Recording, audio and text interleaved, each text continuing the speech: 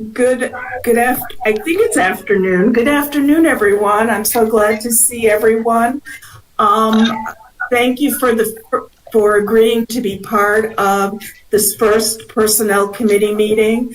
I have to admit that one of the reasons I called this was because I was not part of the committee last year, and I just wanted to make sure as we change the structure of the committee that everything that needed to be achieved last year was achieved, or that we can finish it up.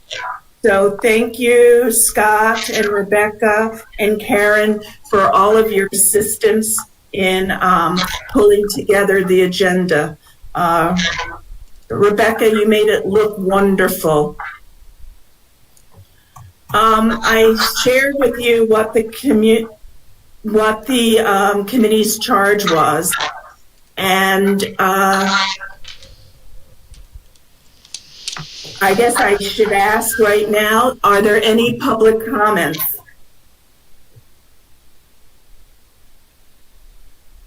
I'd like to take the opportunity to remind the public that any public comments should be sent to public comments at albanypubliclibrary.org. That's PUBLICCOMMENT at albanypubliclibrary.org. Any public comment received will be read during this time. And so far, we have not received any public comment. Thank you, Rebecca. The next order of business is unfinished business. Sarah? Yes. Before we move on, the personnel committee charge, this is just from the bylaws, that's all that's there? That's all that's Correct. there? Okay. Correct. So I know that the executive committee is wanting to reach out to all the committees to kind of help ask them to describe in more detail the committee's work and think about goals for the year. And that's not on the agenda. So that, I'm not asking to add that to the agenda, but I'm just offering that that's something we probably can expand on, because bylaws obviously are bare bones. So we might just want to talk about kind of things we do and the things we plan to accomplish in the future. Thank you. Thank you. Would you repeat that? You wanted us to develop goals and a broader description? Yes, I don't have those notes in front of me. More guidance will be coming from the president.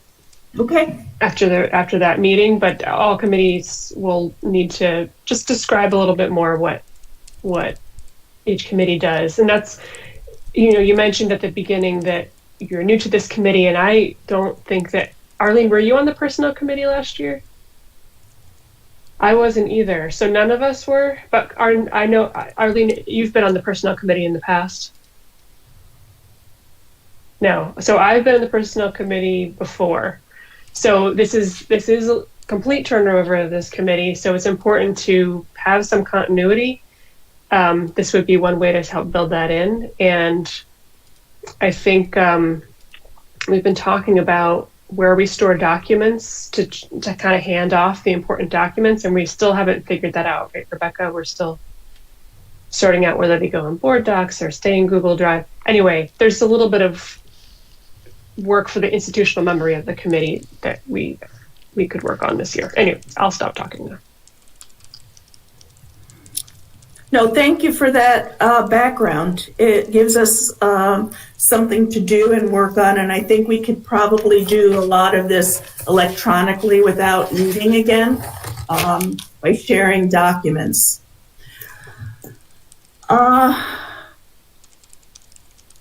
The two things I remembered from last year was that we were supposed to update the HR manager's job specifications. Has that been done? It might have been done. I just didn't know how it played out. Melanie, Scott?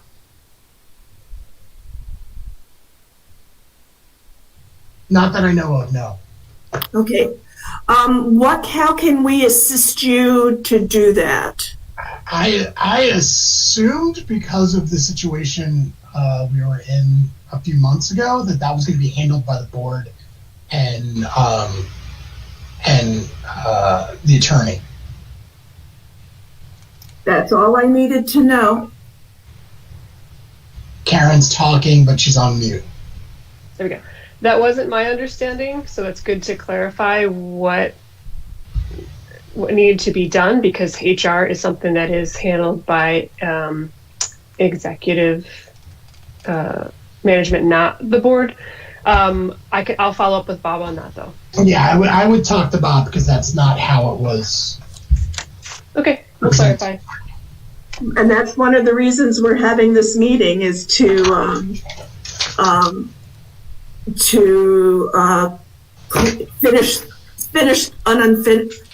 complete unfinished assignments. Thank you for that. I believe that another thing was asked, a report from HR, the list of employees, and there were guidelines of what we were looking for. What's the status on that? I believe the information's provided in board docs, in a report from HR, list of employees. Yeah, there's a in board docs, when the agenda, and this is when the agenda was put up, in board docs there is a full list of staff, gender, and pay. I'm trying to present it, but I'm not sure. Right now, so far, for some reason I can't present it, but it is listed as an attachment.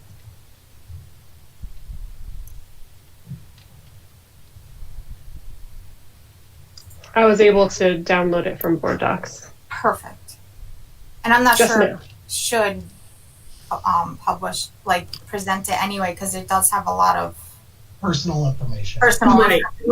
So that's kind of what we left it the way it is. That's fine. I'm glad that that report is available, and I will review it and have a report for the November board meeting. How is it the end of October? I would like to note that they were not able to, HR was not able to provide the years of experience at the time of hire. However, they were able to provide, let me see if I could find the language they gave me. Colonel, let's see. It was something different.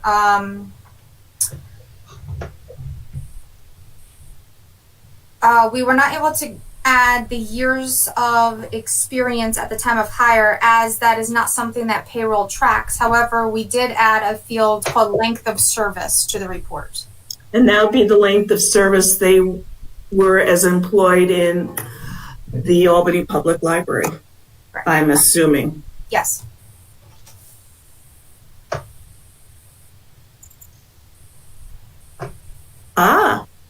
You know, when you click, you find things. Thank you very much on that. And we'll review that.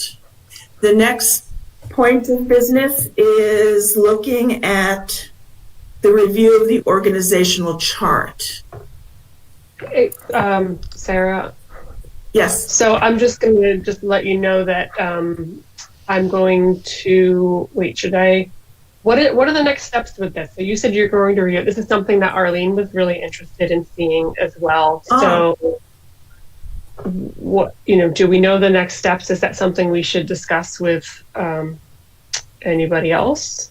Or we Step back.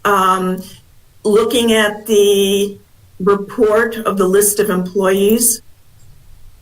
Right, so there's some kind of analysis. I mean, Arlene, do you want to talk more to what you were thinking? You're muted though, Arlene. I just opened it. When the matter developed with HR last, I don't know, a few months ago, we had some concerns. There were concerns about a possible, and even maybe unintended, but it doesn't matter if the consequence or the impact is the same, discriminatory practices. And so we wanted to have a comparative analysis of our staff in terms of their positions, how they were ranking in pay, and we had interest in terms of what was happening with people as they were being hired, because it looked as though there could have been activities where there were differences between male and female employees in terms of some decisions that had been made with regard to hiring. So that's why we wanted to, be able to see what was going on. We needed to have that kind of analysis. Is that clear? Absolutely. I just opened it, Arlene. And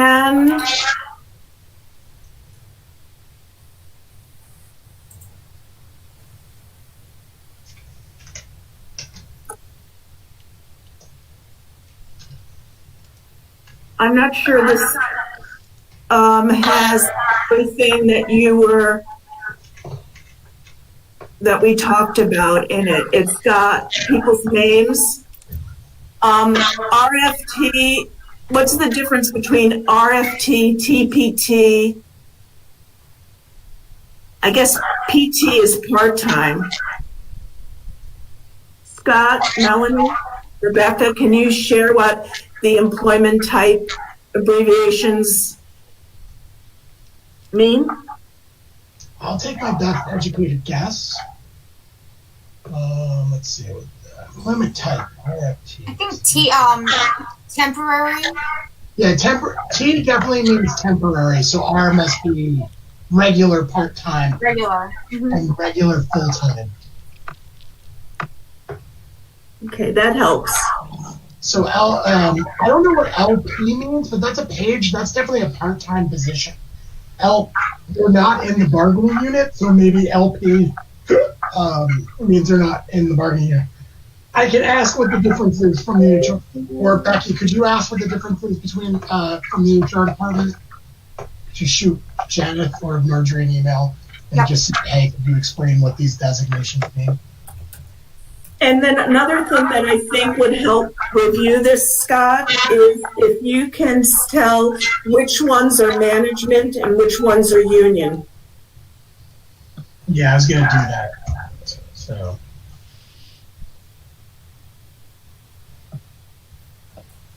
Okay.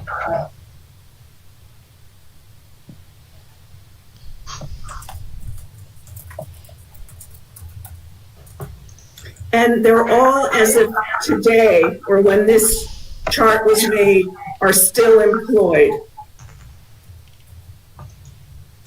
I cannot speak to the accuracy of reports from Human Resources. I can look through the list, but I can't promise you right now it's going to be accurate.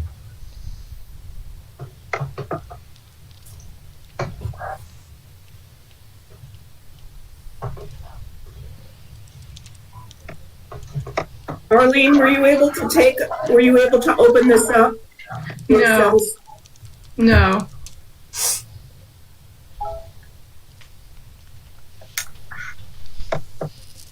Arlene, whether or not you're logged into Board Docs, it is available for viewing. If you click on the agenda in the Personnel Committee, you click on 3.02, Report from HR. Right. And then right next, in the middle of the page should show up a link that says Personnel Committee Report, and that will bring up the Excel spreadsheet. I do not see that. Arlene, I just emailed it to you.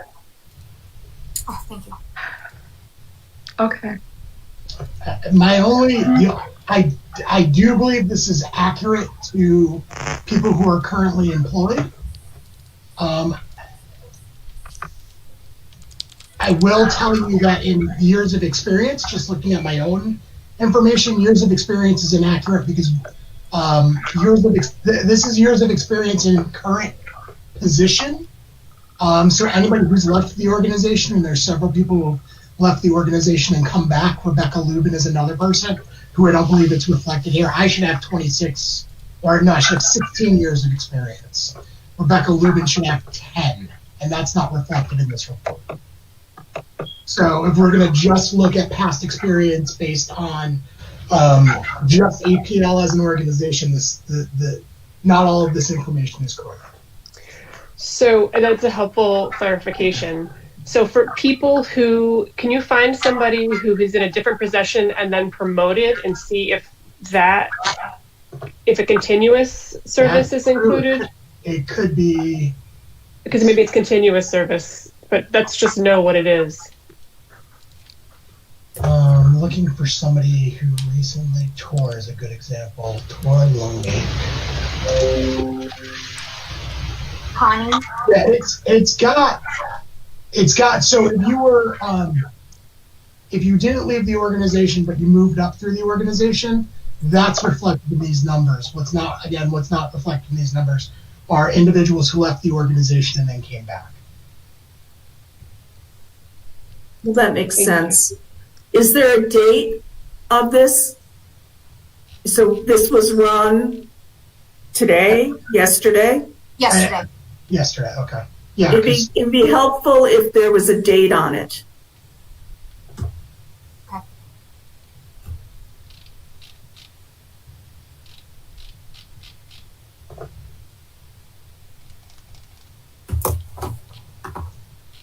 There are a number of people that have no salaries. those are part-time, I believe. Oh, wait. No. Yeah, those are part-time, so they're paid hourly. And what's an average part-time length of employment? That I do not know. Oh. Do you mean length of employment, or do you mean? I'm sorry. I'm looking at so many things at once. A typical number of hours per week. It varies depending on the individual. There are some people who max out at 28, and then there are other people who only work Sundays every other week. But so it's up to 28. We can get an average. No, so the question I was going to ask is the maximum a part-time person could work is 28 hours of payroll or a week? 28 hours a week. And what does full-time kick in as? 37.5.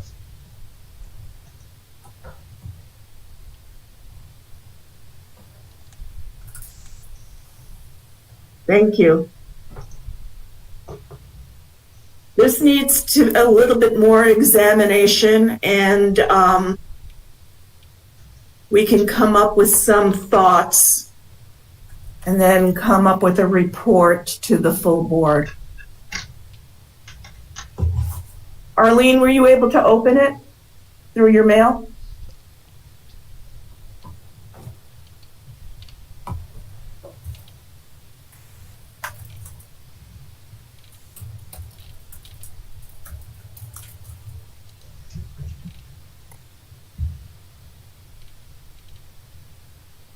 Arlene. Karen, do you have anything else to add about this, or Arlene? I don't. I look forward to digging in it a little bit more deeply, and I'm happy to help you with the report. Thank you. We could go to Delaware. What?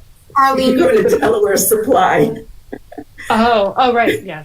Okay. Joke. It was a joke. We wouldn't do that. But Karen, I'll take it. Did Arlene leave? No, she's on mute. Arlene, you're on mute.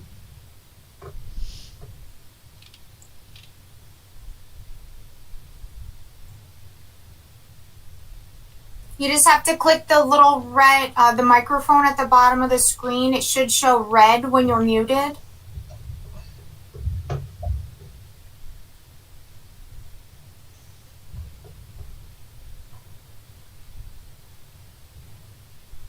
Unfortunately, we can't unmute you.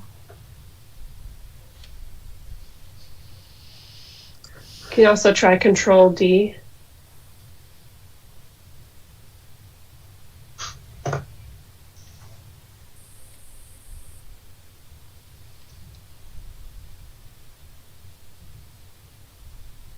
The screen that the video is playing, where we can see each other, that's the microphone is on the bottom. Do you want to call in?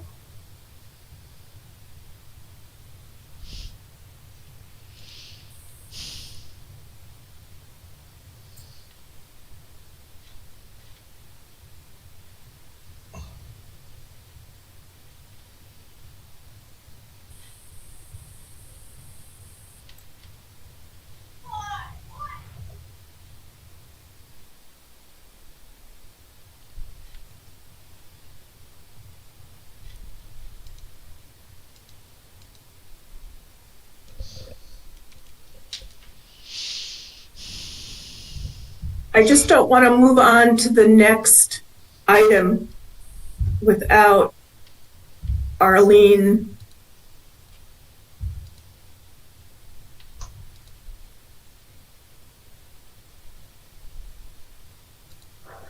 I'm not so good at reading lips, but I thought she said something about coming back.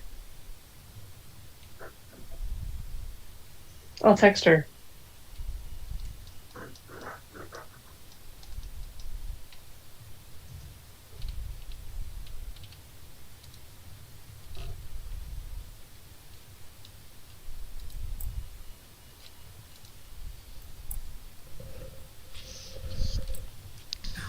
What platform is this for the meeting? Curious. Google Meet.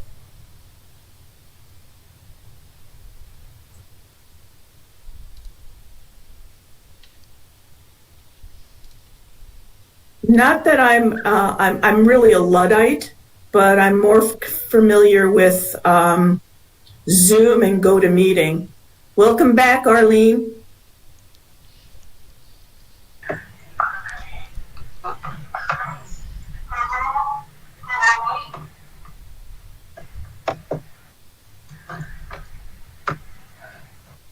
Arlene, were you able to view the spreadsheet? No, I was not.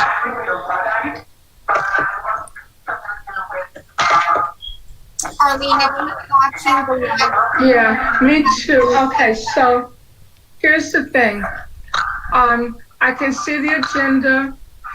When I tried to get to a place where I could check my email, I lost the screen completely. I could hear what you were saying, but then I had to sign back in.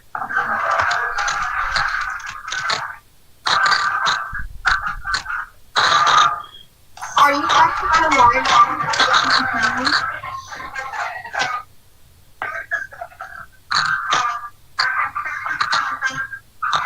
Yeah, I think you have the live stream on in another tab. Oh, okay.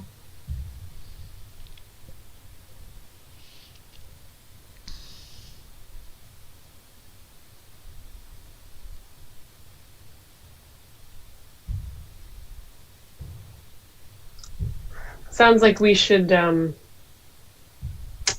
follow up with this report. Oh, there's Arlene back.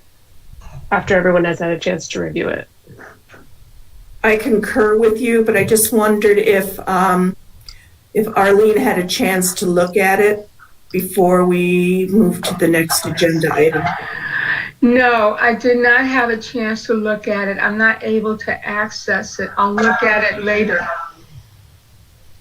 That's fine, and we can do a follow-up on that. Thank you, staff, for providing it.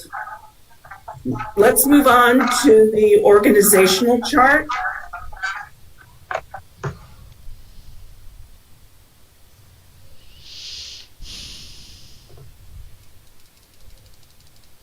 There's lots of little.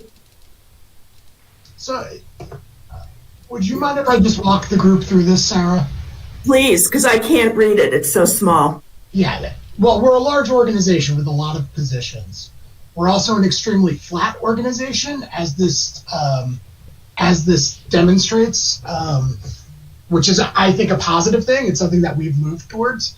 Less hierarchy, and also a recognition that there's really two operations that go on, which is services, front-end staff, clerks, librarians, people who do the library work and provide the services, and then there's operations staff, who are the people who make sure the buildings are in good shape, the network's up and running, the books are being labeled and sent out. So, really we're running a frontline staff and kind of a back-end staff, and that's reflected in this as well. So if you look at the chart, the left side of the chart is the services staff. And what happens is it starts with me at the top, and then it goes to what's called heads of branches. And heads of branches are the people who oversee service areas. And this was a position that used to be, they were the manager of multiple branches. Now they oversee service areas.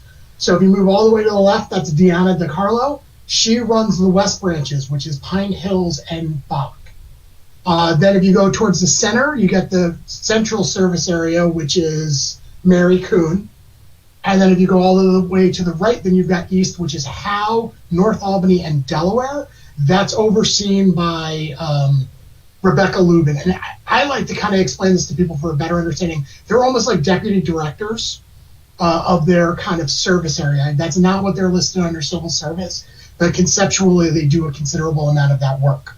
And then underneath them, the next layer underneath them are branch managers. Again, this is new to Albany Public Library. We never had in-building managers before. We had a lot of librarians who assumed that work, your director included, and some of the heads of branches.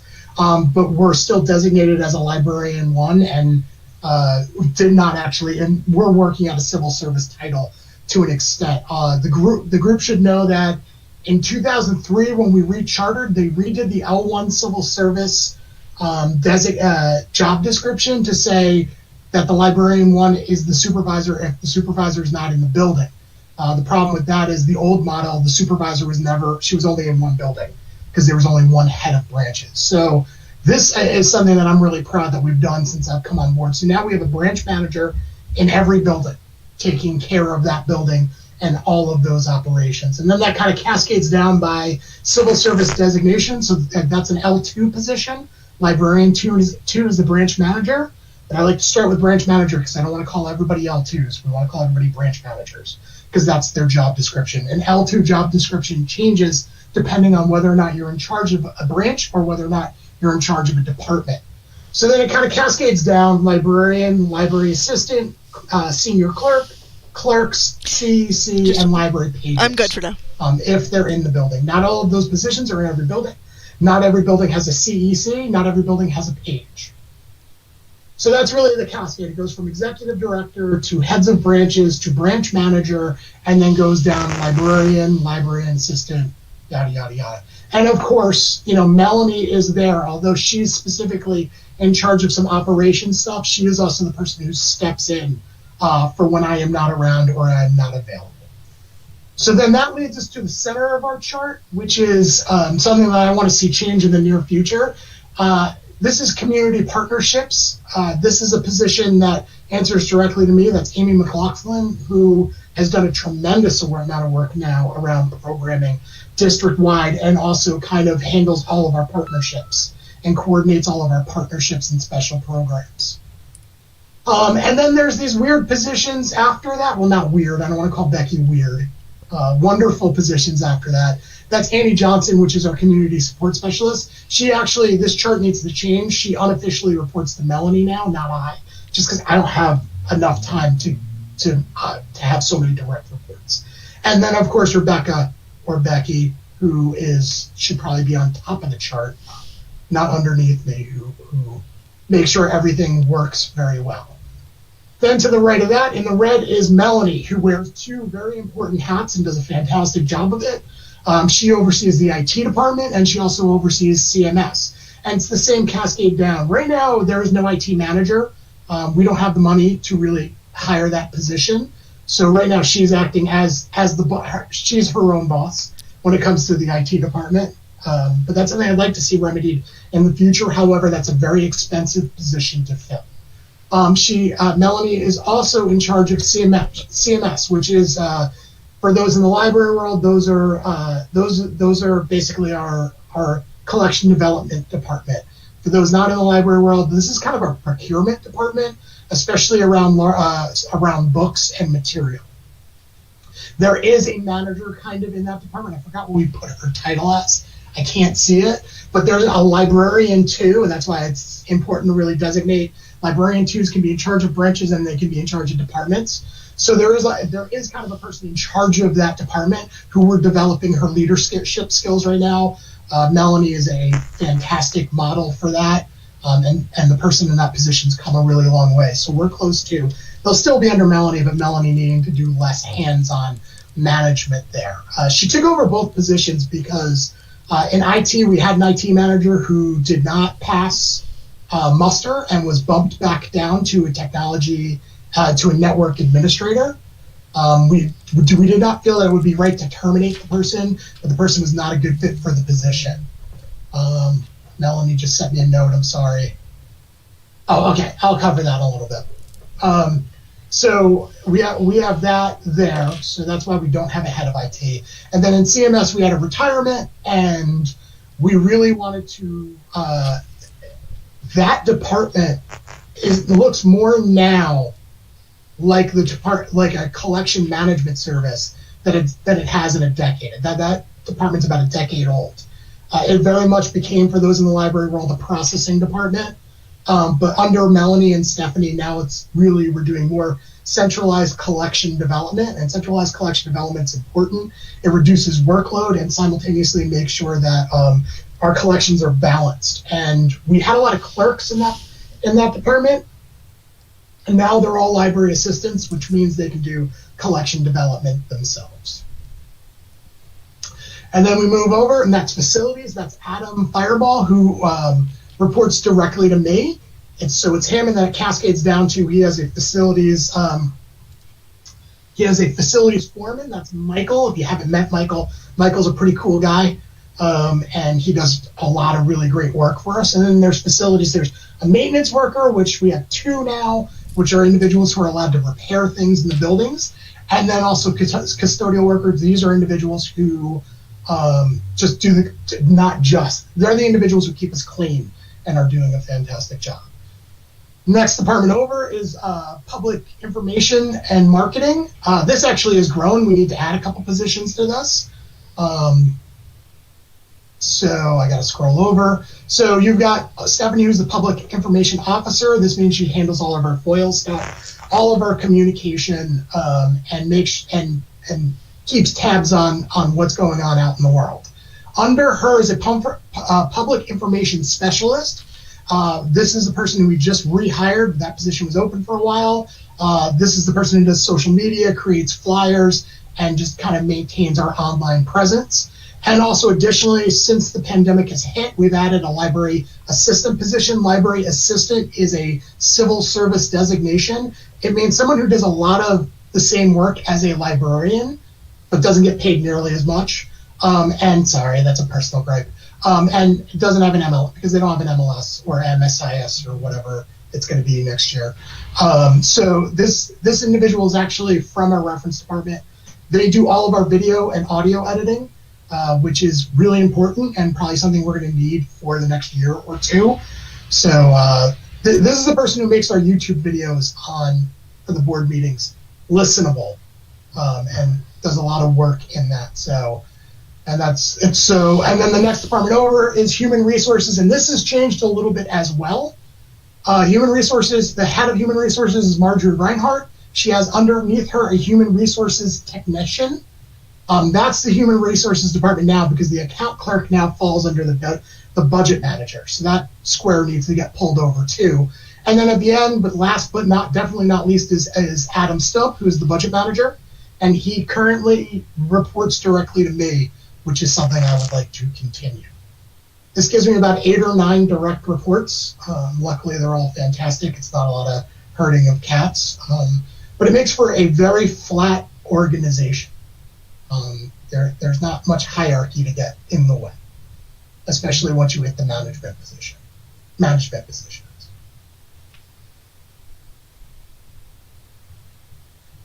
That's it.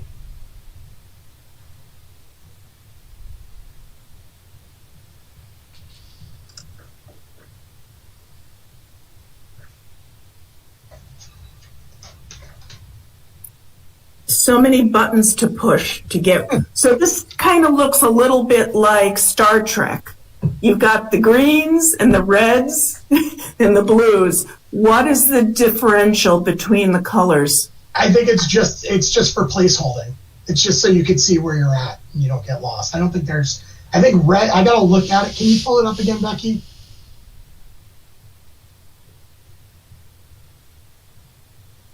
Ad block. Oh no, not the dreaded ad block. While you're doing that, I have some questions. It looked like Mary Coons is in the Washington Avenue branch. Yeah, Did I get that right? She's in charge of Central. Okay.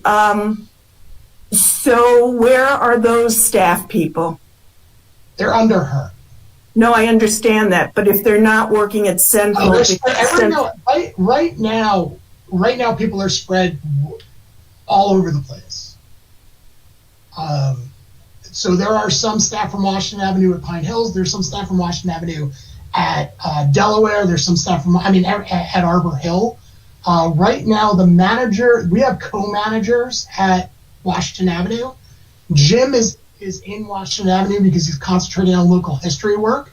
So he's the branch manager who focuses on adult services. Lisa, who is the Librarian 2 branch manager for Washington Avenue for youth services, she's currently the acting branch manager at Arbor Hill because our wonderful manager, Alex, had a beautiful baby. So Alex is on maternity leave. So Lisa has been a branch manager before. She's kind of my Delta force. So I'm really happy to have her there. So she has the experience to do it. Terrific. I have another question. What this chart doesn't say is how many people are, for example, the facilities management team. It looks like there are 4 people, but I'm sure there are more than 4 people. If we did it by actual individuals, this chart would be. No, I don't want to know their names, but if you could put a little parentheses and say there are 7 custodial workers. That makes sense. That would be a nice, with this and the other, it would make it a little clearer. We don't really need names. What we need to know is the positions. How many people are there? Yeah.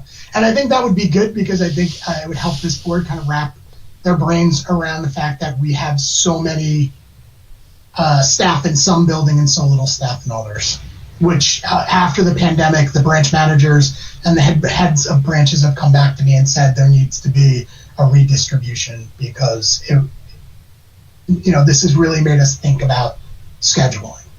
Okay. The other thing that I don't know how you would put it in this chart, but if you could say how many are part-time and how many are full-time. And the other thing that would be helpful, I'm guessing management and management confidential are non-union, but it would be nice to know not necessarily the names, but which positions are union and not union. Sure.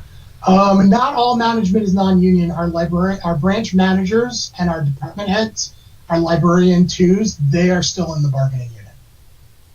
It would just be helpful to see it all in one place, I think. This has nothing to do with anything, but when you said flat, I didn't see it as that. I saw it as there wasn't a lot of advancement opportunities. I would say the opposite. There's a tremendous amount of you can work up the branch manager, the head of branches to, Okay, good. Actually, looking at, based on my experience in most libraries I've been in, APL has probably the biggest bridge to into moving up within the organization. I'll also say this, outside of Melanie, everybody who's a librarian in our management confidential staff is started their career or midway through their career came to Albany Public Library. So myself and the 3 heads of branches All three of those individuals have been with APL before they took their positions. I know that Deanna started as a clerk. Rebecca, I started as an LA. And Rebecca didn't start our career with us, but she was with us for some time and then left and then returned. And Mary has been with us for a tremendous amount of time, starting as, I believe she actually did her internship from Albany from SUNY, but I could be wrong. Gotta ask her. She was my TA at the time, so I always assume it. Okay. Then if you look at our branch managers, Becky, can you scroll over just so I can look real quick? I can't see. So Lauren Cardinal, who's the branch manager at Pine Hills, started with us as a librarian. Christina Stenson-Carey started with us as a librarian. She came to us from New York Public, but she's been with us for a considerable amount of time. Jim, I think, started as, again, Jim's been with us since the start of his career. Lisa didn't start her career with us, but she came to us as a librarian one. Alex started her career with us. Julia started her career with us, and Tor started his career with us. So again, and then if you're looking at, if you could scroll over, Becky, so that I can look at operations. So Amy McLaughlin, who's in charge of community partnerships, she started with us. Her and I went to library school together. IT, I believe Bill started with us. So he's also moved up and down within this hierarchy. Stephanie Anderson, I think she started with us. She started as an L1 and became a branch librarian. So she started with us, so she moved from an L1 to be a manager. Facilities, no, neither the head nor the facilities foreman started with us, but the two maintenance workers started as custodial workers. And then HR, I believe Marjorie started with us and not as the human resources and finance manager. I believe she started with us as a temp, she told me once. And then Adam Stump started with us. He was a clerk at the Washington Avenue branch. So Thank you. I would say I would compare us to any other organization our size. We, to quote the executive director of the New York Library Association 4 or 5 years ago, he said to me, you have a really deep bench. Anybody who's a baseball fan will understand that reference. We still have a deep bench, and we still build a deep bench. My goal, if you will ask anybody in the supervisors cadre, this got quoted at me the other day. I try to prepare everyone to be I try to prepare everybody on staff to be possible directors in the future. So my goal, again, I'm an educator at heart, and you can ask any of my direct reports. It's really preparing them so that they could do, I think most of them would do the job better, preparing them to do my job in the future. Thank you, Scott. Karen, Arlene, do you have any questions, observations?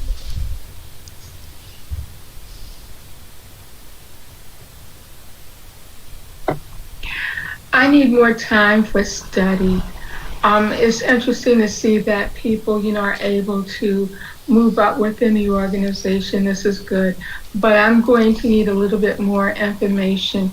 And I need to speak with someone with expertise in HR and affirmative action matters.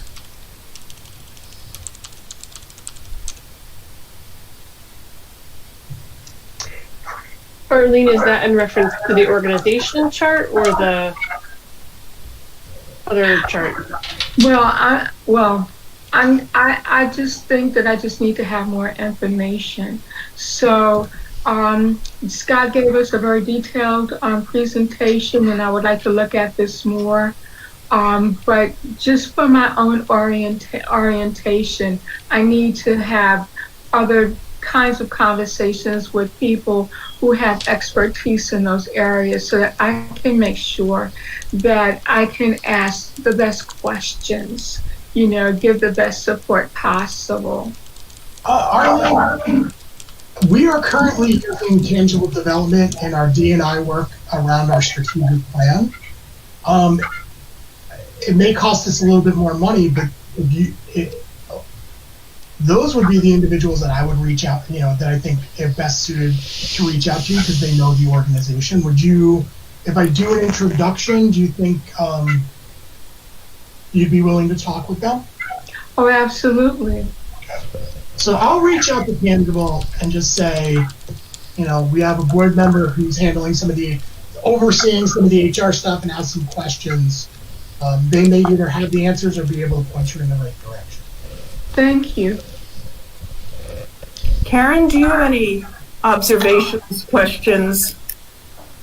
Of course you do. Not a lot, though. So I was sort of had this urge to say, you indicated there's some updating that needs to happen. I would love to see that. At the same time, I'm aware that everything is different right now, and so I expect it probably will be in flux for a while. And it may turn out differently, as you indicated, after we are able to occupy the buildings in a new normal way again. So I'm curious, how this works. That to know that you mentioned there's another position in Stephanie's department and another and the account clerk moved from HR to budget. I think it would be helpful to make those changes and just have an updated version. Sure. I'm less concerned about the names than the structure. In addition to, I appreciated what Sarah suggested, that knowing how many positions are assigned to that building, knowing that's not actually the way it's working now, and as well as who's part-time and full-time, I think that would be helpful too. Okay. And Scott, I want to say that we evaluate, we work with you. This is in no means that we're going to get into the nitty-gritty. The personnel and personnel management is yours and yours alone. And we just want to have, or I could say, speaking for myself, I just want to have a little bit of understanding of what the organization looks like, because we do have the fiduciary and policy responsibilities. So thank you. I, for the last few years, actually pretty much since my first year, I've been trying to get this board to understand bandwidth and what the organizational capacity is and should be based on the amount of work that we do. I believe at one meeting, I gotta find it, I actually said we were one disaster away from organizational capacity crumbling. I think we've hit that disaster point. I think that's good. I think it's good for the board to really understand not just the amount of people that work within the organization, but the complexity of the operation, especially the pairing between services and support or operations, because that's really, we run, like most organizations, there's really two components of it, and both of them need to be run and treated very differently. Also, I think that when it comes to pay equity, we need to recognize that our non-degreed library staff should probably be paid a fair wage. I'm thinking facilities, and although our last contract negotiation we gave facilities a little bit of a bump, I am concerned that we do not value our blue-collar work the way we should. And that goes back for years. That's something that I remember Tangible Development is going to give us some advice on, right, in their work. I think it's going to really hit us hard when it'll be a strong cup of coffee. It'll be an ice brewed Trenta coffee when we look at racial disparities in the way we pay individuals, because this organization tends to hire people of color in facilities positions, and I believe if we look at how much we pay an individual who's Caucasian comparative to an individual Latinx or African American or Caribbean American, we will notice that there's a huge pay discrepancy, and that's a major concern. A quick question, Scott. Is there any person of color in management positions in our... No, we currently have a branch manager. That's it. But Sarah, you know that Civil service. the library world is, it's getting better, and we're recruiting, and we're working really hard to change that dynamic. However, still, the majority of individuals getting their library degree, individuals in the field, and are Caucasian. You also made a very strong and clear description of how people are able to move up the ranks and be promoted. And it would be nice to have a broader group coming in, even if it's possibly a intern or training or something. But that's just thoughts for another day. But I wanted it to voice it. We do have the TUI Foundation individuals who are coming in. And my hope is at least one of them wants to stay with us so we can make a position for them. I'd like to keep both. But Thank you. Because they're my former students. They were both two of my favorite students, so we love them. Karen, Arlene, anything else to say on this topic or agenda item? Thank you. So the new business we started with, coming up with committee responsibilities, and we can work on that off. Sorry, I have a new phone and I don't know how to turn it off. Seriously, I'm a Luddite.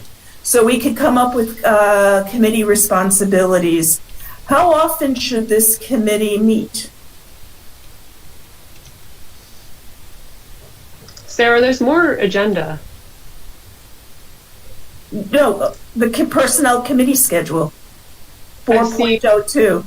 Overview of staffing concerns due to COVID. I know, that's 03, 04. Oh, gosh, it's not the same in the version I'm looking at. All right, sorry. Refresh.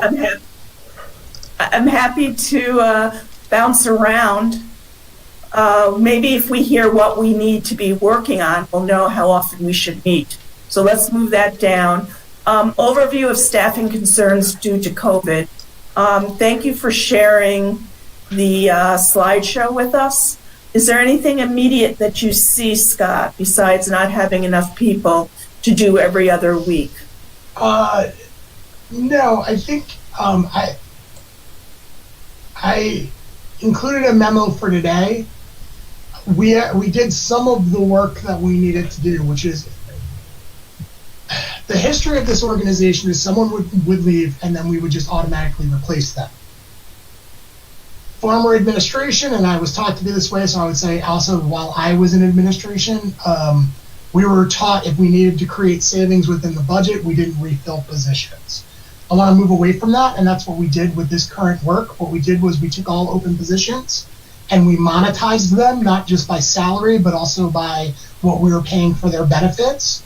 And then we used that amount of money as a pool, and then we built positions out of that amount of money, which is the correct way to do staffing. It's a budgetary issue. Just like how many books you buy is based on how much money you have, how many people you hire is based on how much money you have, not by their positions. Just because they left does not mean we need that position. So we sat down and we did a really, really good drill down. Adam did a great job of giving us a budget and kind of estimating. And then the heads of branches created this list of positions that they needed filled filled right away and filled later on in the future. And we're doing it in a tiered reason. One, we don't want HR to be overloaded with positions, interviewing for positions. Two, we don't want to be overloaded training a bunch of people during a pandemic, which is not easy. So we're hiring them in phases. I've kind of got us in 2 phases. I think it'll be more like 3. But in phase 1, we needed to hire a full-time clerk, which we did. We needed to hire a part-time clerk, which we did. And then another full-time clerk at Bach, which I believe we did. The L1 position, I actually believe we did as well. And then there's a part-time in LA and 2 part-time clerks that are open. The other issue with this, and this has to do with moving up within the organization, is that a lot of times when we offer a full-time position, it gets filled by a part-time employee.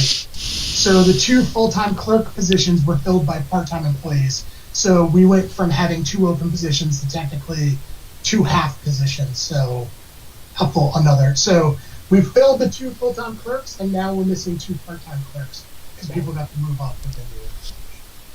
And one thing I like about us is that clerk doesn't have a one-step ceiling. You can actually become a senior clerk. So and you can become a library assistant, which we have some LAs who started as clerks. So there is movement even without the library degree up in the organization. There is, of course, a ceiling once you hit librarian and branch manager, because that requires a master's in library or a master's in information science.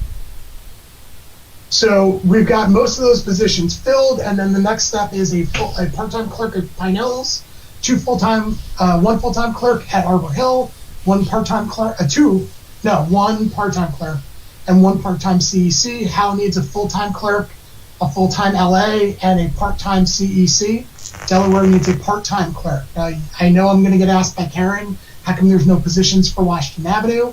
What this will do is it will free the individuals up who are working at these other branches, and they'll be able to get sent back to Washington Avenue. And I have informed the heads of branches that I would like to see some kind of curbside pickup model at that particular location. So your request was not ignored, and we're currently working on that, but it will take some hiring to do that in order to have some part-timers in that building. I still do not recommend opening that building, even to by appointment service right now. I don't think we'll have enough staff, but something we'll work towards, over the next few months. You may have explained this, Scott. What's a CEC? Community engagement clerk. So 2 or 3 years ago. That's fine. To me, it was the Cultural Education Center. Yeah, no, it's community engagement clerk. I don't want to say it's security because it's not, but it's what we replace security with, which I think is a model that works extremely well when you have the right people in the position. Thank you. Any questions about this memo? This is just an observation, and it's not meant to be anything more than an observation and my own working schedule. I had a full day of work coming into this meeting. I had a full day of work yesterday. If we could get some of this information a little earlier than the day of I could have had and been maybe a little bit better prepared. But I know you're busy, but I think it would make the meeting a little bit more productive. Can we go, Arlene? Karen, any questions? I thank you for this, and thank you for the spending time to explain it, because I was a little confused about new positions. But now I think that totally makes sense. You're deciding what staff you actually need and where, and maybe you need more assistants than clerks or whatever. I think that's a great thing to be doing. This makes me think about the organizational chart again, though, because now you sort of have this new vision of how the staffing will work. So this is not integrated into the organizational chart yet, right? You said that when people left positions, you decided not to just fill them, you rethought them. But those positions still exist. So there will always be a librarian, there will always be a library assistant, there will always be a clerk. Whether or not we replace, a librarian by librarian at branches, that changes. So at a location that has more than one librarian, when one of the librarians leaves, then the question becomes, do we need another librarian, or do we need an LA, or do we need 2 clerks? So the positions don't exist, so the hierarchy is still there in the that's the other reason why in the organizational chart it's not individuals, it's positions. And sometimes we designate the positions with people so people know who they are. But anything under management, anything under the supervisor's layer, we don't name everybody because we would be updating that chart once a week. Right, I'm not asking for that. Sarah asked for the number of positions there, and so couldn't this be used to update the chart, not with the names, but with number position. of people.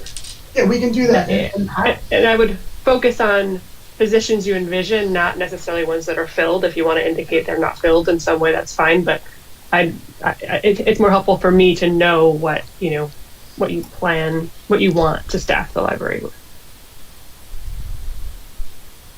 Makes sense. For me. Okay, cool. Thank you.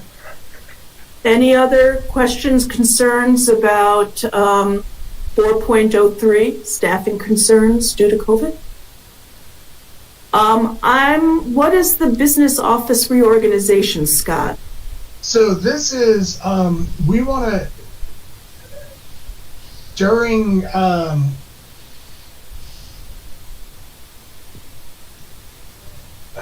During the summer. Yeah, during the summer, sure. It was agreed upon in conversation that we would be decoupling the HR department from the business department. Currently, they're kind of considered the same department. However, has been directly reporting to me, just like Mary Coleman was. So I'd actually like to just have an HR department and a business office. What this would do is the clerk, who's the account clerk, who is kind of right now in HR in this sheet, will just answer directly to the budget manager. So it's splitting two departments up, two distinctly different departments, and I understand why they were. This is a legacy department, and I'm all about getting rid of legacy stuff that doesn't work. So this is just was created at the time because there wasn't sufficient funding to have an HR person and a business person. Now we're a complicated enough machine that we need those two things separate. So do we need to take action on this? Technically you don't. Technically I can make the change, but I wanted to bring it to the personnel committee because there are other factors that the board is currently working on that are impacted here. But everybody involved was informed of this. Some people it's taken a little bit longer, but it's just I'm taking everything at a much slower pace. But this will not be a surprise to anyone. Right. This has been under discussion for some time. Yeah. And that's obviously going to affect the revision of the HR manager's spec. Yes. Okay. Arlene, any questions?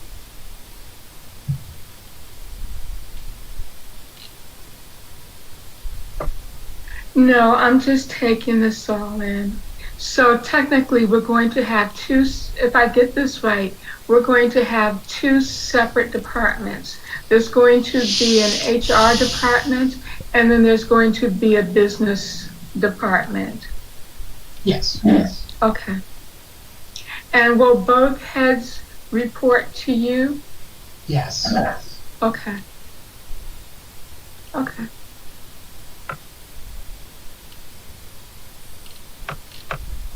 Thank you. Aaron, I think you asked your questions. Okay. The next order of the agenda again, please. Wait, there's one more part to this as well. Oh. And I almost want to tell Becky earmuffs. So I would really like us to re-examine Rebecca Delgazo's position. She has taken on the board clerk role and also done a lot of procurement and business office stuff for us, much more than being an administrative assistant. So I would like the permission to, yeah, you are listening though. So I would like to re-examine her position so her work is a little bit more reflective of what she does. Professional cat herder, the whole nine. And dealing with trustees who forget their passwords. Well, no, I mean, and that's, to be completely honest, that work has, every review I've gotten for the last 5 years ended with, how can we make your job easier? Becky was the answer to that. As much as I love talking to all of you, Sometimes trying to figure out how to fix your email while dealing with angry patrons was a little stressful. So she's taken on that position of making sure governance is working smoothly and assisting governance as much as possible, which means I can work a little bit more on my relationships with all of you and not have to worry about some of the clerical duties that I was taking. Fabulous. Now you can take off your headset, Becky. On the next agenda item, please.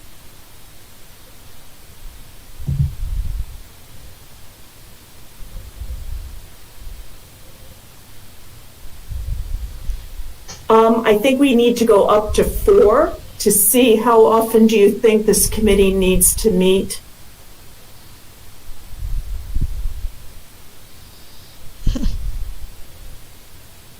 So, Sarah, just one comment to your request for items ahead of time.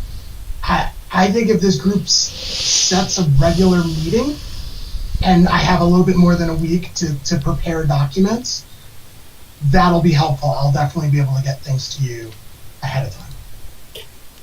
You send out a doodle poll, and then we can always cancel a meeting if it's not necessary, but we do it as a space saver.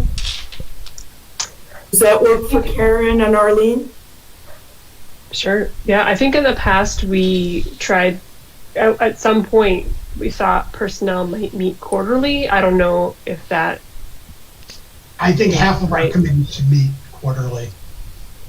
Yeah. So if we and if we have it on the calendar, that I agree, it makes it easier for everybody too, and for Becky to then scheduling and hopefully make it easier for you for staff to get ready for it. Karen, just to ask, so instead of doing it monthly, every other month? And then canceling them? Or every 3 months? Yeah. Quarterly is every 3 months. Yeah, definitely not monthly. I didn't ask for that. Well, I thought if we scheduled it, we could always cancel it rather than, but we can do it quarterly. I have no problem with that. And I think we need to work back from the trustees. The trustee election will be in June. So I think we need to definitely have a meeting in May and then work it back quarterly. The trustee election's in May unless they change it again. Right. But I'm thinking that if there are things like the director evaluation that we need to do, we need to make sure it's done before the new group of trustees come in. So let's use that as the end point, that we definitely have to have the evaluation meeting and then go backwards. Does that it makes sense in my head, but it doesn't mean it makes sense me sharing that. Does that work for you, Arlene?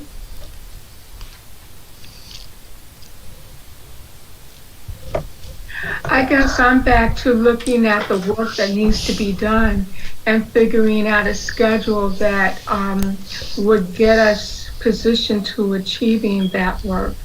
So I'm still looking at things and processing. I don't know. I'm open. I'm just concerned about the work. Okay, and not losing things. So let's schedule the next meeting for next month. It could be, we should have some more information based on what we've asked Scott to get. Arlene, you'll have talked to the tangible development by then.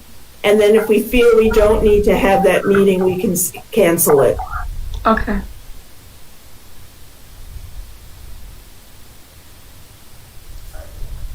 That works. Okay. I just had another thought that I forgot. You're starting to come into my age category, Karen. I have to jot everything down when I think of it. Is there anything else that we want to touch upon before we adjourn? I apologize, but during some of my craziness with trying to get on, I think I may have missed a discussion about Marjorie Reinhardt and the disposition with regard to her position and that case. Has that been resolved? Do I need to discuss offline? Karen is going to do a little bit more research and get back to us. Yeah, we asked about that, Arlene, and Scott thought it was something that the board and the attorney were going to work on. That's So I'm going to follow up. I'm going to follow up with the attorney. I'm going to follow up with the attorney. Because I'm working with him and Matthew to make sure everything's resolved. Okay. I remember what I was going to say before, though. With regard to Arlene's excellent point about not letting things drop, that document storage issue is really important to that, to make sure we know where things are and how to get them there. And so, whatever we can do to figure out, should we be using Board Docs versus Google Docs? I think that's going to be really helpful for all trustees to stay on top of things.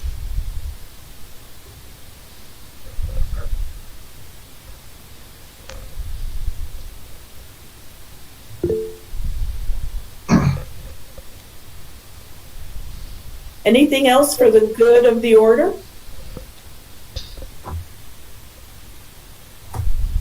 And can we have a motion to end the meeting? So moved. Arlene, do you second? Thank you. Thank you, everyone, for taking the time and doing all the preparation. And I guess we'll see you all in a couple of weeks. Wait, I'm so sorry, Sarah. If you're not logged into Board Docs, please state your name and your vote if you motion to adjourn. I'm Sarah Dallas, and I approve the motion to adjourn.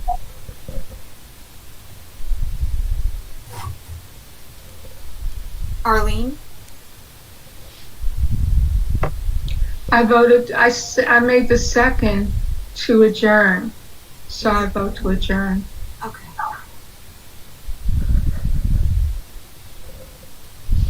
Okay. Thank you, everyone. Thank you. Thank you. Thank you. Have a good day. Thank you. Bye.